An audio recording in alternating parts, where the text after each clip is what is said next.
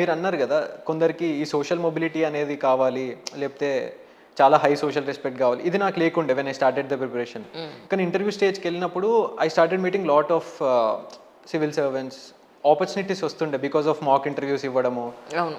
లేకపోతే ఇలాగే ఇప్పుడు ఎవరి దగ్గరికన్నా వెళ్తే మాట్లాడించడం, బాలలత మ్యామ్ ఎవరికన్నా కాల్ చేసి మాట్లాడించడం, లేకపోతే మహేష్ భగవత్ సార్ పిలవడం, లేకపోతే ఇలా తెలిసిన వాళ్ళు. అలాగే మాకు ఒక సార్ తెలుసు, రంగారావు సార్ అని ఐపీఎస్.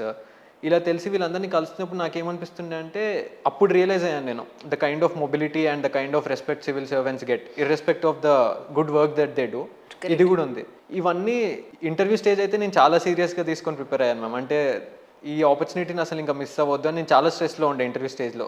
చాలా హార్డ్ వర్క్ పెట్టాను, స్మార్ట్ వర్క్ అన్న ఇంటర్వ్యూలో.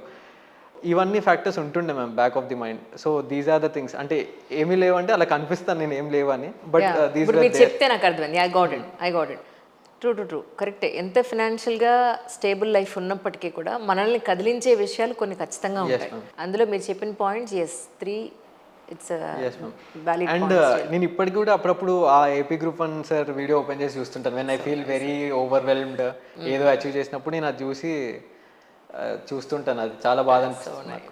ఇంటర్వ్యూలో ఏమడిగారు? ఫస్ట్ ఇంటర్వ్యూ మీది. ఇంటర్వ్యూలో వచ్చేసి more about my DOF and what I am as a person ma'am. వెళ్ళగానే నమస్కారం పెట్టాను. So what is the meaning of నమస్తే, అసలు నమస్తే ఎందుకు పాపులర్ అవుతుంది, ఇలాంటి దాని మీద ఒక 5 minutes డిస్కషన్ జరిగింది మ్యామ్. దాని తర్వాత వచ్చేసి నా ఆప్షనల్ సోషాలజీ.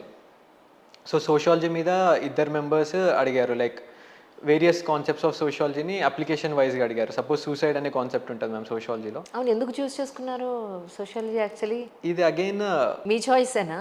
నా చాయిస్ మ్యామ్. యాక్చువల్లీ నేను ఫస్ట్ పిఎస్ఐఆర్ తీసుకుందాం అనుకున్నాను, political science and international relations. Because Saumithan ఉన్నాడు, హెల్ప్ చేస్తాడు, గైడ్ చేస్తాడు అని అనుకొని తీసుకుందాం అనుకొని ఆన్లైన్లో నోట్స్ తీసుకొని చదవడం స్టార్ట్ చేశాను. అంతగా ఇంట్రెస్టింగ్ అనిపించలేదు, నాకు అర్థం కావట్లేదు ఓన్గా చదివితే. అది యూట్యూబ్ వీడియోస్ కూడా చూస్తే అంటే అర్థం కాలేదు సబ్జెక్ట్. పక్కన పెట్టేసి, ఆప్షన్ పక్కన పెట్టేసి మెయిన్స్కి చదువుతున్నప్పుడు జనరల్ స్టడీస్ పేపర్ 1లో సొసైటీ పార్ట్ ఉంటుంది. ఆ పార్ట్ చదివినప్పుడు నాకు చాలా ఇంట్రెస్టింగ్ అనిపించింది, చాలా ఈజీగా కూడా అర్థమైపోయింది. Out of the all the other topics that I read, society part అనేది నాకు చాలా ఇంట్రెస్టింగ్ అనిపించి, చాలా ఎగ్జైటింగ్గా కూడా అనిపించింది అది చదువుతుంటే ఎందుకో. అప్పుడు నేను సోషాలజీ సిలబస్ తీసి చూశాను అనమాట, అసలు ఏముంటుంది దీంట్లో అని. చూస్తే చాలా ఫెమిలియారిటీ అనిపించింది, లైక్ ఫ్యామిలీ అంటే ఏంటి, కిన్షిప్ అంటే ఏంటి, లైక్ టాపిక్స్ అనేవి అర్థమైపోతున్నాయి. సిలబస్ టాపిక్సే అట్లీస్ట్ దీని మీద చదవకపోయినా ఏదో ఒకటి రాసి రావచ్చు ఏమో రైట్ అని అనిపించి నేను మళ్ళీ సేమ్ థింగ్ చేశా. Sociology toppers strategy for UPSC అని చెప్పి యూట్యూబ్లో ఒక 10-15 పీపుల్ది వీడియోస్ చూస్తే ప్రతి ఒక్కరు 2-3 monthsలో చదవచ్చు, 280 ఈజీగా వస్తుంది. నాకు రాలేదు, బట్ ఈజీగా వస్తుంది అని అందరు చెప్తుంటే నేను అనుకున్నా, ఇంతమంది ఇంత చెప్తున్నారంటే డెఫినెట్గా ఈజీగా ఉంటుంది, ప్లస్ నాకు నచ్చుతుంది సబ్జెక్ట్ అని చెప్పి నేను అది ఇంకా అలా తీసేసుకున్నాను. ఇందాక మీరు సూసైడ్ చెప్తున్నారు, మధ్యలో కట్టండి ప్లీజ్. ఇంటర్వ్యూలో సూసైడ్, అది సోషాలజీలో సూసైడ్ అనే కాన్సెప్ట్ ఉంటుంది. సో దాన్ని వాళ్ళు ఏంటంటే apply it to Kota, suicides in Kota Rajasthan and farmer suicides of Maharashtra. And also if you are the DM of Kota, how will you address the suicides issues అని చెప్పి ఇలా చాలా సోషాలజీ క్వశ్చన్స్. వెస్టర్నైజేషన్ అంటే ఏంటి, సాంస్క్రిటైజేషన్ అంటే ఏంటి, ఇలా ఒకటి. దాని తర్వాత ఒక మ్యామ్ వచ్చేసి మొత్తం నా వర్క్ ఎక్స్పీరియన్స్ మీద, అంటే క్యాప్జెమినైలోని ప్రొఫైల్ ఏంటి, what did you do. A board వచ్చిందండి మీకు? నాకు దినేష్ దాస్ సార్ బోర్డు వచ్చింది మ్యామ్. ఇంకొక సార్ వచ్చేసి ఫుల్లీ ఆన్ ట్రేడ్. నా college Indians of foreign trade కాబట్టి మొత్తం ట్రేడ్ మీద, లేకపోతే government schemes of trade, PLI scheme ఇలాంటివి. సో ఇలా ma'am. And mostly on my DOF and my profile what I did with my life అలానే అనిపించింది నాకు. ఒపీనియన్ బేస్డ్, పబ్లిక్ సెక్టర్ మీద నీ ఒపీనియన్ ఏంటి, ఇలాంటి క్వశ్చన్స్ మేము. ఇంతకీ నమస్తేకి ఏం చెప్పారు, ఆన్సర్ ఏం చెప్పారు చెప్పరా నాకు? నమస్తేకి నేను ఎక్కడో ఇన్స్టాగ్రామ్లో ఒకసారి సద్గురు గారు ఎక్స్ప్లెయిన్ చేస్తుంటే చూశాను, the divine in me bows to the divine in you అనేది మీనింగ్ నమస్తేకి. ఓకే. ప్లస్ నేను ప్రిపేర్ అయ్యి కూడా వెళ్ళాను. నేను చెప్పింది ఏంటంటే ఇదే, divine in me bows to the divine in you sir namaste meaning అంటే. మరి ఎందుకు అందరు చెప్తున్నారంటే, sir the meaning itself is very beautiful.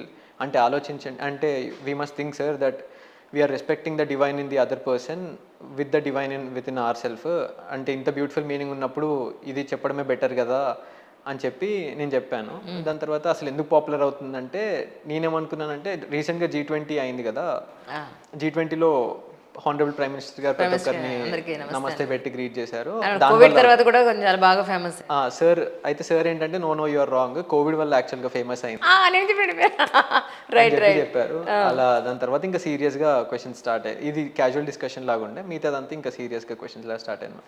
DOF లో మీ హాబీస్ ఏం పెట్టారు? హాబీస్ కూడా పర్టికులర్ గా మనం చెప్పాలి అని అంటున్నారు యాక్చువల్లీ. ఏం పెట్టారు? హాబీస్ లో వచ్చేసి నేను జంపింగ్ రోప్ అని, jumping rope enthusiast as well as travelling అని పెట్టాను మ్యామ్. ఓకే. అయితే జంపింగ్ రోప్ మీద క్వశ్చన్స్ రాలేదు, ట్రావెలింగ్ మీద వచ్చాయి. ఏంటంటే if you like considering youth like you should travel the country, travelling అనేది మోర్ కంఫర్టబుల్ ఎట్లా చేయాలి అసలు, అంటే ఏం చేంజెస్ తీసుకురావచ్చు, వాట్ వుడ్ యూ సజెస్ట్ అని చెప్పేసి క్వశ్చన్ అడిగారు. అలాగే what all the places that you have gone list చేయమని చెప్పి నేను చెప్తూనే ఉన్నాను, కానీ పిక్ చేసి క్వశ్చన్ అడగలేదు. మేబీ సమ్ ఇంట్రెస్టింగ్ ప్లేస్ ఏం చెప్పలేదు నేను అక్కడ. ఇలాంటి క్వశ్చన్స్ వచ్చాయి మ్యామ్. అండ్ జంపింగ్ రోప్ మీద ఏం రాలేదు క్వశ్చన్స్. రిజల్ట్స్ వచ్చిన రోజున ఆ సిచ్యువేషన్ ఒకసారి మా కోసం చెప్పండి. ఇంట్లోనే ఉన్నారా, బయట ఉన్నారా? ఇంట్లోనే ఉన్నాను మ్యామ్. అంటే రిజల్ట్స్ వస్తాయని ఒక 3 days నుంచి అంటున్నారు కాబట్టి ఇంట్లోనే ఉంటుండే. బిఫోర్ ద రిజల్ట్స్ నేను మోర్ అబౌట్ ఫెయిల్యూర్ సిచ్యువేషన్స్ నా మైండ్లో రన్ అవుతుండే. ఒకవేళ ఫెయిల్ అయితే ఇంట్లో ఎలా చెప్పాలి, మెల్లిగా వెళ్ళి ఎలా చెప్పాలి, ఓకే నెక్స్ట్ టైం ఇవ్వచ్చు అటెంప్ట్ అనేది, ఇది మోర్ రన్ అవుతుండే. పీడిఎఫ్లో పేరు ఉంటే ఎక్కడున్నా కూడా 5 అనేది నా మైండ్లో ఉండే. బికాస్ ఫస్ట్ అటెంప్ట్కి okay this is a good thing, I will improve it in the next attempt or something అన్నట్టు ఉండే. బట్ ఫెయిల్యూర్ అనేది ఎక్కువ ఆలోచిస్తుండే నేను, బికాస్ ఈ ఎగ్జామ్లో failure is more likely and that is difficult to deal with. Success వస్తే it's easy, అంటే అంత హ్యాపీనెస్. బట్ సో ఇంకా ర్యాంక్ వచ్చినప్పుడు చూశాను, ఇంకో 2-3 సార్లు వెరిఫై చేసుకుని వెళ్ళి ఇంకా చెప్పిన. మీరే చూసారా? నేనే చూసాను. ఓకే. పీడిఎఫ్ రాగానే వెయిట్ చేస్తుండే, పీడిఎఫ్ వస్తుంది ఆ రోజు అని చెప్పి. రాగానే డైరెక్ట్ రూల్ నెంబర్ సెర్చ్ చేసి పేరు మ్యాచ్ అవుతుండే 82 అని ర్యాంక్. ఇంకోసారి 2-3 సార్లు వెరిఫై చేసుకొని కరెక్టేనా పీడిఎఫ్ అది అని చేసి 100 లోపు వచ్చింది నేనేనా కదా కౌశిక్? నేనే అదే అనుకున్నాను. చాలా హ్యాపీగా ఫీల్ అయ్యాను. అంటే it's a kind of first huge success అన్నట్టు నాకు. అంటే నేను ఐఐటి ట్రై చేశాను, ఐఐఎం ట్రై చేశాను, ఏవి కూడా నేను అనుకున్నట్టు నాకు రాలేదు. సో ఇది అనుకోకుండా వచ్చింది. ఇది యాక్చువల్లీ ఏంటంటే ఇది నాకు చిన్నప్పటి నుంచి ఉండే. ఇవన్నీ జస్ట్ పేరెంట్స్ చెప్పారనో లేకపోతే ఎక్స్పోజర్ అనో ఏదో చేస్తూ వెళ్ళాను లైఫ్లో. ఇది నాకు చేయాలని ఉండే, మేబీ ఇందుకే ఇది బాగా ఎఫర్ట్ పెట్టగలిగాను అలా అనిపించింది నాకు. And I'm happy with the result.